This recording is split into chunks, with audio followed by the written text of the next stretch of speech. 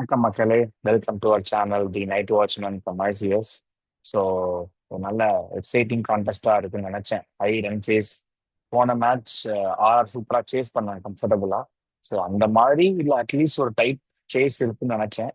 But எதுவுமே இல்லாமல் சப்பையா எண்ணெய் அடிச்சுட்டு போயிட்டாங்க. 100 ரன் வித்தியாசத்தில் ஒரு comfortable statement cruising victory, sixth continuous victory for MI. So the OG கடப்பாறை எண்ணெய் இஸ் பேக். ஸோ அதுதான் நம்மளோட வீடியோட தம்ப்நெயில் டு டைட்டிலும் அதுதான். ஸோ அதான் ஒரு ஸ்டார்டிங் வந்து ஒரு slow starters always MI to be. And அந்த போக போக அந்த ஸ்பீடை பிக்கப் பண்ணி so once they get into the groove and complete squad assemble ஆயிடுச்சுன்னா சம்பவம் தான் அப்படிங்கிற மாதிரி ஃபுல் சம்பவம் தான். டு ஸ்டார்ட் வித் எதுவும் ஆரம்பிக்கிறது ஆல் த்ரீ டிபார்ட்மெண்ட்ஸ்லையுமே ஃபுல் ஃபயர்ஸ் ஆஃப் பிளேசிங் தான். பேட்டிங் வழக்கம் போல ரோஹித் சர்மா வெரி க்ரூஷியல் டைம்ல செம்ம ஃபார்முக்கு வந்திருக்காரு. ஸோ ஒரு 53 again. Ryan Rickelton. So Ryan பிரிக்கில்டன் வந்து நம்ம நிறைய பேசுறதே இல்லை, ஏன்னா மற்றவங்க வந்து அழகா ஓவர் ஷேடோ பண்ணிட்டு போயிடுறாங்க. But Ryan Rickelton so has been a huge addition to MI. அந்த ஒரு ஓப்பனர் ஸ்லாட் வந்து QDKக்கு அப்புறம் வந்து ஒரு மாதிரி செட்டில் டவுனே இல்லை, மாத்திட்டே இருந்தாங்க. அப்படி இப்படின்னு யாராவது இன் அண்ட் அவுட்டாவே இருந்துச்சு. பட் நவ் ரியான் ரிக்கில்டன் வந்து அந்த பொசிஷனை செமையா சீல் பண்ணியிருக்காரு. ஸோ ஓப்பனிங்கே 116 for 0, செம partnership. To be followed by Suryakumar, ஒரு எக்ஸ்ட்ராடனரியா ஒரு ஒரு 23 balls 48. And to be followed by Hardik Pandya, ஒரு ப்ரமோஷன் 23 balls 48. அகைன் எல்லா பாலுமே அடி. லாஸ்ட் 5 ஓவர்ல 70 ரன் அடிச்சிருந்தாங்க. யார் போட்டாலும் அடி, எப்படி போட்டாலும் அடி அப்படின்னு சூப்பரா ஒரு ரன்ஸ் சேஸ் மாதிரி ஒரு ஃபர்ஸ்ட் இன்னிங்ஸ்ல ரன்ஸ் ஆன் போர்ட் போட்டிருந்தாங்க. ராஜஸ்தான் வந்து சிம்பிளி க்ளூலெஸ், என்ன பண்ணணும்னே தெரியாம ஃபுல்லா லாக் ஆகி மாட்டிக்கிட்ட மாதிரி ஆயிட்டாங்க. சேஸ் ஃபர்ஸ்ட் பால்ல இருந்தே அடிக்க போறேன்னு சொல்லி பாவம் அந்த பையன் சூரியவன்ஷியும் டக் அவுட். செம்ம ஹியூஜ் எக்ஸ்பெக்டேஷன்ஸ் இருக்கும். But again it's every things a part and parcel of the game. On going forward he will definitely improvise. And தேஸ்வால் வந்து அதான் ஃபுல்லா சுத்தணுங்கிற மாதிரி தான். ஒரு 6 திரும்பவுமே வந்து ஒரு பேக் ஆஃப் லிமிட் பிடிச்சி போடும்போது ஒரு bowled. To be followed by Riyan Parag, Nitish Rana, Hetmyer, எல்லாத்தையுமே சொல்லி சொல்லி சொல்லி எடுத்த மாதிரி இருந்தது. பும்ரா அந்த ஒரு பெனல்டிமேட் ஓவர், ஒரு 5th ஓவர் போட்டு அழகா 2 விக்கெட். ஸோ ஏன்னா இந்த இடத்துல வந்து நான் கேப்டன்சியை நான் வந்து பாராட்டுறேன். ஏன்னா ஆல்ரெடி 2 3 விக்கெட் போயிடுச்சு. ஸோ அந்த இடத்துல வந்து நான் பும்ராவை வந்து நான் கடைசி தான் பதுக்க போறேன்னு நான் வெயிட் பண்ணாம, ஸோ நான் அவங்க ஸ்ட்ராங்கிள் பண்ண போனேன். 3 விக்கெட் 2 விக்கெட் விழுந்துருச்சா பரவாயில்ல, ஐ வில் பிரிங் பும்ரா இன் அப்படின்னு சொல்லி பும்ராவை போட வச்சு அந்த விக்கெட் எடுத்து கொடுத்து கம்ப்ளீட்டா ராஜஸ்தானை வந்து அவுட் ஆஃப் ஈக்குவேஷன்ல புஷ் பண்ணிட்டாங்க. ஸோ இது வந்து நல்ல மூவ். சும்மா நம்ம வந்து பார்த்தா ரொம்ப டிஃபென்சிவ் மைண்ட் செட்டா போகாம, நான் வந்து எனக்கு பும்ராக்கு 2 ஓவர் இருந்தாலே போதும் டெத்துக்கு, மிச்சம் என் பவுலர் வச்சு நான் வந்து கம்ப்ளீட் பண்ணி அடிப்பேன் அப்படிங்கிற மாதிரி சூப்பர் கம்ஃபர்டபுளா ஒரு நல்ல bowling rotation from captain Hardik Pandya. அதே மாதிரி பும்ராவும் 2 wicket, 2 main wicket, Riyan Parag and Hetmyer wicket ஒரே ஓவர் தூக்கிட்டாரு. இதுக்கப்புறம் வந்து எதுவும் பிள்ளை இல்லை, 45க்கு 5. ஆனா இது பவர் பிளே முடியாம பாத்தீங்கன்னா 62 ரன்ஸ் இருந்துச்சு, 6 ஓவர் 62. பட் ஆனா 5 விக்கெட் போயிடுச்சு. அதுக்கப்புறம் திரும்ப தான் கன்சாலிடேட் இன்னிங்ஸ் ஆடி ரன்னுக்கும் போக முடியாது, டிஃபென்ஸும் ஆட முடியாது, அப்படிங்கிற மாதிரி ஒரு மாதிரி ரொம்ப கொலாப்ஸ் ஆயிட்டாங்க.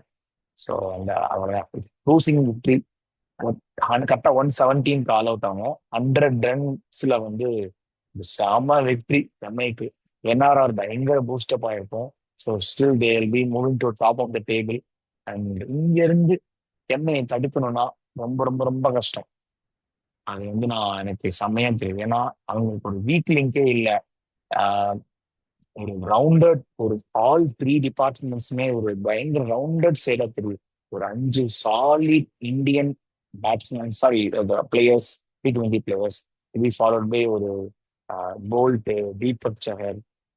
நம்ம ஆக்சுவலா எனக்கு இவங்க கிட்ட என்ன ரொம்ப பிடிச்சிருக்கா, ஸ்லாட்ஸுக்கு எக்ஸாக்டா ஒரு பக்கா ரிட்டென்ஷன், ஒரு பக்கா ஆக்ஷன் ஸ்ட்ராட்டஜி வந்து எம்ஐ கிட்ட இருந்து வந்தது.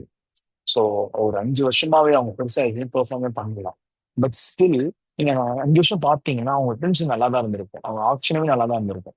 பட் 1 or 2 ஸ்லைட் மிஸ், அப்புறம் அந்த ஒரு கேப்டன்சி சேஞ்ச் தான் ஒரு 2 மினிட்ஸ் நடுவில் அடி வாங்கினாங்க. அந்த மாதிரி போயிருக்கணும் தவிர இந்த பர்டிகுலர் சீசன் அந்த அந்த 9 கிரக கோள்களும் ஒன்றிணைத்து வரும்போது அவனை வீழ்த்த எந்த சக்கரவர்த்தியாலும் முடியாது அப்படிங்கிற மாதிரி எல்லா டிபார்ட்மெண்ட்டுமே அழகா கான்ட்ரிபியூட் பண்றாங்க. ஆப்ஷன்லயும் பெஸ்டான ஆப்ஷன்ஸ், அப்புறம் டிடென்ஷன்லயும் பெஸ்டான டிடென்ஷன், தீபக் சஹரோட இன்க்ளூஷன் கரெக்டா என்னன்னா, நான் வந்து அவங்களோட சூப்பர் டெம்ப்ளேட்டுக்கே போயிருந்தேன். இப்போ சிஎஸ்கே வந்து சேம் டெம்ப்ளேட்ல மாட்டி கொஞ்சம் செக்கார மாதிரி சொல்றாங்க எல்லாருமே, நியூ ஜென் போல்டு அப்படி எல்லாருமே புதுசா கொண்டு வரோம் அப்படின்னு. பட் இவங்க still their following same template. அந்த இந்தியன் கோரை வந்து ரொம்ப ஸ்ட்ராங்கா பிலீவ் பண்ணி அவங்களோட ஸ்லாட்ஸ் என்னென்ன, ஒரு பவுலிங் ஃபாஸ்ட் பவுலிங் பும்ராவை அக்கம்பெனி பண்றதுக்கு 2 பவுலர்ஸ் வேணும்.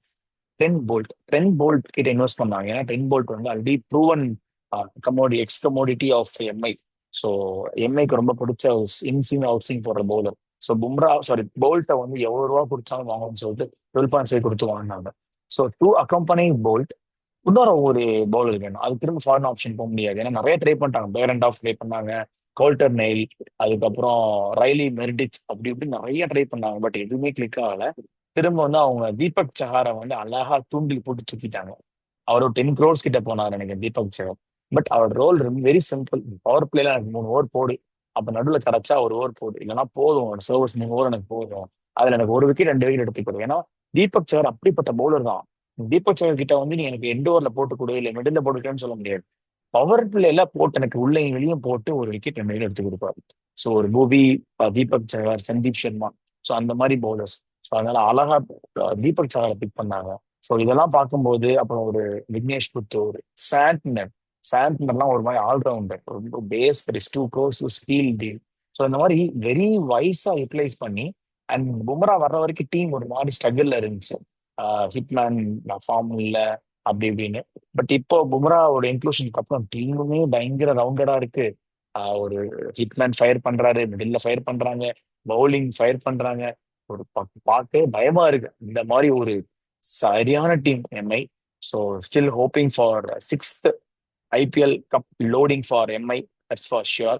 And they are the first positive favorites to be the title winner of this IPL 2025. So இதுதான். நிறைய பேசிட்டோம். ராஜஸ்தான் வழக்கம் போல சிஎஸ்கே கூட வந்துட்டாங்க, எலிமினேஷன் டேக் வாங்கிட்டு எலிமினேட் ஆயிட்டாங்க சக்சஸ்ஃபுல்லா. ஸோ மேபி நெக்ஸ்ட் சீசன் வந்து தே ஹேவ் டு ரீவொர்க். இப்போ நான் மும்பைக்கு என்னென்னலாம் சொன்னனோ அதுக்கு அப்படியே exact opposite Rajasthan. Option start sorry tension, ரொம்ப கேவலமான டென்ஷன். ஆக்ஷன் இன்னும் பெருசா எதுவுமே இல்லை. ஒரே ஒரு பாசிட்டிவ்ஸ் என்னன்னா, ஆஹ் இந்த சூரியவன்ஷி அந்த பையன் ஒரு பாசிட்டிவ், அப்புறம் ஜோஃப்ரா ஆர்ச்சர் எடுத்தாங்க, ஜோஃப்ரா ஆர்ச்சர் ஒரு பாசிட்டிவ். அந்த மாதிரி தவிர ஆகாஷ் நீங்க நல்லா போட்டாரு, இது அவருக்கு முன்னாடியே கொடுத்துருந்துருக்கான். Very too late to bring in to tournament like this. அதனால அதுவுமே ஒரு சொல்லிக்கிற மாதிரி எதுவும் இல்லை. மைட் பி ஸ்குவாட் ஸ்ட்ரென்த் வேணா அவங்க வந்து டெஸ்ட் பண்ணுவாங்க coming matches. So Rajasthan and சிஎஸ்கேவோட கதை இருந்துச்சு. அடுத்த மேட்சுக்குள்ள போயிடலாம். GT versus SRH.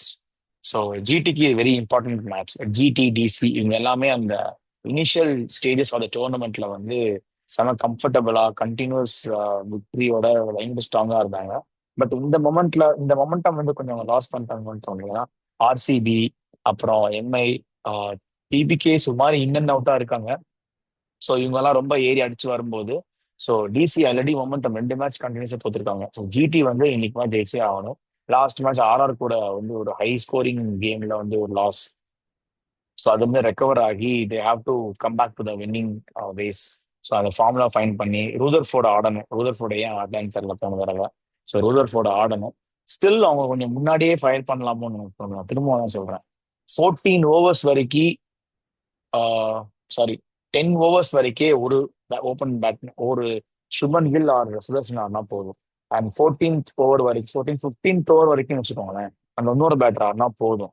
அதுக்கப்புறம் நீங்க விளாடுற ஒரு பாலுமே you have to go for the kill, இதுதான் நான் சொல்லுவேன். ஏன்னா நீங்க இன்னுமே சாலிட்டி டிஃபென்ஸ் ஆடி 18th 19th ஓவர் வரைக்கும் அந்த ஓப்பனர் ஆடுறதுல வந்து பெருசா பிரயோஜனம் இல்லை. அண்ட் ஆல்சோ அது மற்ற பேட்ஸ்மேன்ஸுக்குமே உள்ள வராமலே அவங்க டீமை வந்து ஒரு பேக்வேர்ட்ல போற மாதிரி தெரியும் எனக்கு. ஸோ தெவாட்டியா, ஷாருக் கான், தெவாட்டியாலாம் வந்து சும்மா 2 பால் 8 ரன், 3 பால் 12 ரன் அந்த மாதிரி அடிச்சு போயிட்டு இருக்காரு ஒரு ஒரு மேட்சும். ஸோ நீங்க சீக்கிரமே ஃபயர் பண்ண போவீங்க. ஒன்றும் இல்லை, ஒரு 10 ஓவர் 95 ரன், 14 ஓவருக்கு ஒரு 125 ரன் அந்த மாதிரி ஒரு விக்கெட்னா அது வரைக்கும் நீங்க வந்து சாலில கொண்டு வரீங்க, ஓகே. பட் அதுக்கப்புறம் வந்து நீங்க ஃபயர் பண்ணியே ஆகும். 225 230 வரைக்கும் நீங்க டார்கெட் பண்ணணும். ஜஸ்ட் 200 ஓவர் த போர்டு எடுத்தா போதுங்கிற வந்து எல்லா மேட்சுக்குமே கிளிக் ஆகாது. அண்ட் உங்ககிட்ட பேட்ஸ்மேன்ஸ் இருக்காங்க, நல்ல பவர்ஃபுல் ஹிட்டர்ஸ் இருக்காங்க. So you can also give chance to them. And at least நீங்க ஒரு சைடு ஹோல்ட் பண்ணிட்டு இன்னொரு சைடு ஆட விடலாம்.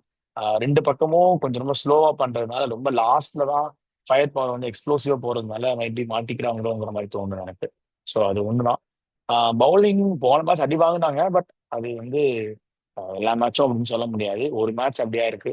Still we can hope for நாளைக்கு அவங்க தான் பார்த்து நட போறாங்க அவங்களோட ஹோம் கிரவுண்ட் HC அப்படின்ட்டு.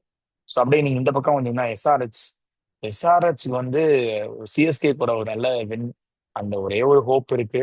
Already CSK and R out. So எஸ்ஆர்ஹெச்க்கு வந்து again do or die game for SRH. So அவங்க ஏதாவது பண்ணாங்கன்னா ஸ்டில் தே வில் பி இந்த கண்டென்ஷன் அட்லீஸ்ட். ரியாலிட்டிக்கலா இல்லை, மேத்தமெட்டிக்கல் பாசிபிலிட்டி இருக்கும். பட் சேஞ்சஸ் அப்படின்னு பெருசா இல்லை, they will be sticking with same 11. Kamindu மெண்டிஸோட ஒரு எக்ஸ்ட்ரானரி பார்த்தோம் லாஸ்ட் மேட்ச். ஆல் 3 டிபார்ட்மெண்ட்ஸ்லயும் சூப்பரா பெர்ஃபார்ம் பண்ணாரு. ஸோ அதோட சேம் காம்பினேஷனோட தான் போவாங்க. இவங்களுக்கு பெருசா சேஞ்சஸ் இல்லை, பட் ஆனா என்ன இருக்கிற பிளேயர்ஸ் பெர்ஃபார்ம் பண்ணணும் அப்படிதான். ஓப்பனிங்ல வந்து Abhishek Sharma, Travis Head, Ishan Kishan, Klaasen இவங்க யாருமே வந்து பெருசா அடிக்கவே இல்லை. ஸோ நாளைக்கு அண்ட் வரப்போற மேட்சுமே அவங்க அடிச்சாங்கன்னா நல்லா இருக்கும். அதுதான் பெர்ஃபார்ம் பண்ணணும் அந்த டே. ஸோ அதுதான். வின் ப்ராபபிலிட்டி பார்த்தோம்னா நான் வந்து ஜிடி தான் சொல்லுவேன். Based on current squad strength and GT வந்து அதில் ஜெயிச்சே ஆகணும். அவங்களுக்கும் ஒரு மாதிரி மஸ்ட் வின் மேட்ச் மாதிரி தான் கொஞ்சம். ஸோ அதனால ஜிடி வந்து நாளைக்கு கம்ஃபர்டபுளாக ஜெயிச்சிருவாங்க 55-45. ஸோ வந்து ஜிடி ஜெயிப்பாங்கன்னு சொல்றேன். என்னுடைய ஃபேண்டசியில வந்து இன்னைக்கு மேடி அண்ட் கிறிஸ் ஜாயின் பண்ணாதனால 4 பிளேயர்ஸ் ஃப்ரம் ஈச் டீம் மாதிரி வரலாம். So to start with GT, I will start with Sai Sudharsan. Sai Sudharsan அடிப்பாரு கண்டிப்பா, அது ஒரு பிக். ஸோ இன்னொரு பிக் வந்து ஜாஸ் பிரபாஸ் வந்து எனக்குமே வர முடியாது. ஒரு மாதிரி சேஸ் பண்ணாலும் அந்த கிரவுண்ட் சேசிங்க்கு நல்லா இருக்கும். 200 வரைக்குமே 2 சைடும் அடிப்பாங்க. ஸோ அதனால சேசிங்க்கு நல்லா இருக்கும். ஜாஸ் பட்லர், சாய் சுதர்ஷன் பேட்டிங்ல. பவுலிங்ல வந்து I will go with Sai Kishore. இந்த கிரவுண்ட்ல சாய் கிஷோர் வந்து நல்லா பண்ணியிருக்காரு. அண்ட் அவங்களோட இன்னொரு ஆப்ஷன் வந்து பிரசித் கிருஷ்ணா. அவரோட அந்த பேஸ் வந்து கொஞ்சம் நல்லா இருக்கும். அண்ட் மாதிரி 5th ஓவர் அப்புறம் tail end of the death over அந்த மாதிரி தான் அவர் போடுறாரு. ஸோ விக்கெட்ஸ் கிடைக்கும். அதனால பிரசித் கிருஷ்ணா. ஸோ இதே மாதிரி எஸ்ஆர்எஸ் பக்கம் வந்தீங்கன்னா ஐ will start with Travis head. Travis head வந்து அடிச்சே ஆகணும். ரொம்ப நாள் ஹீஸ் டியூ ஃபார் ரன்ஸ். ஒரு மாதிரி படவே இல்லை. ஸோ ரொம்ப ஓவரா சுத்துற மாதிரி தெரியுது. கொஞ்சம் பாலை பார்த்து பொறுமையா டாங் பண்ணாங்கன்னா definitely he will score runs. And இன்னொரு ஆப்ஷன் வந்து கிளாசன். மூணாவது யாரும் இல்லை அடிக்கிறது பெருசா, நீங்க 2 பேரும் அடிச்சே ஆகணும். கிளாசன் மட்டும் அவர் டெஃபினட்டா அடிப்பாருன்னு தோணுது. அண்ட் பவுலிங்ல பாத்தீங்கன்னா காமிண்டோ மெண்டிஸ், அவர் மாதிரி பேட்டிங்கும் உங்களுக்கு வந்து கொஞ்சம் ரன்ஸ் கிடைக்கும். அண்ட் ஆம்பிடெக்ஸ்டர்ஸ் பவுலர், ஸ்பின்னர் வந்து பெருசா ரிலே பண்றாங்க. அதனால விக்கெட் உள்ள வாய்ப்பு இருக்கு. லெஃப்ட் ரைட் மாத்தி மாத்தி போடும்போது அவர் 2 விக்கெட் வெல்றதுக்கு வாய்ப்பு இருக்கு. அண்ட் இன்னொரு பவுலிங் ஆப்ஷன் வந்து I go with Harshal Patel. So Harshal Patel வந்து ஒரு மாதிரி ஸ்லோயா டெலிவரிஸா போடுறாரு. ஸோ அதுல டிசீவ் ஆகி மைட் பி கொடக்கிழமை விக்கெட் உள்ள சான்சஸ் இருக்கு. அதனால my 4 picks will be Travis Head, Heinrich Klaasen, Harshal Patel and Kamindu Mendis. So இதுதான். ஸோ லெட் சி மக்களே, நாளைக்கு மேட்ச் எப்படி போகுதுன்னு பார்ப்போம். 2 பேர்த்துக்குமே டூ ஆர் டை வந்து எஸ்ஆர்ஹெச்சுக்கு must win game for GT. At least அவங்க டாப் 2ல இருக்கணும்னா டெஃபினட்டா அந்த 2 வரப்போற மாதிரி ஜெயிக்கணும். 1 கேம் அட் டைம் அப்படின்னு பார்த்தீங்கன்னா நாளைக்கு மேட்ச் அவங்க ஜெயிச்சே ஆகணும். ஸோ லெட் சி நாளைக்கு மேட்ச் எப்படி போகுதுன்ட்டு ப்ரெடிக்ஷன் கொடுத்தோம். இன்னைக்கு அதே மாதிரி நான் மும்பைக்கு தான் ப்ரெடிக்ஷன் கொடுத்தோம். அதே மாதிரி மும்பை செமையா ஜெயிச்சிட்டாங்க. ஸோ லெட் சி நாளைக்கு எப்படி போகுதுன்ட்டு. Until and I'm just signing off from your VJ and have a good day. Bye.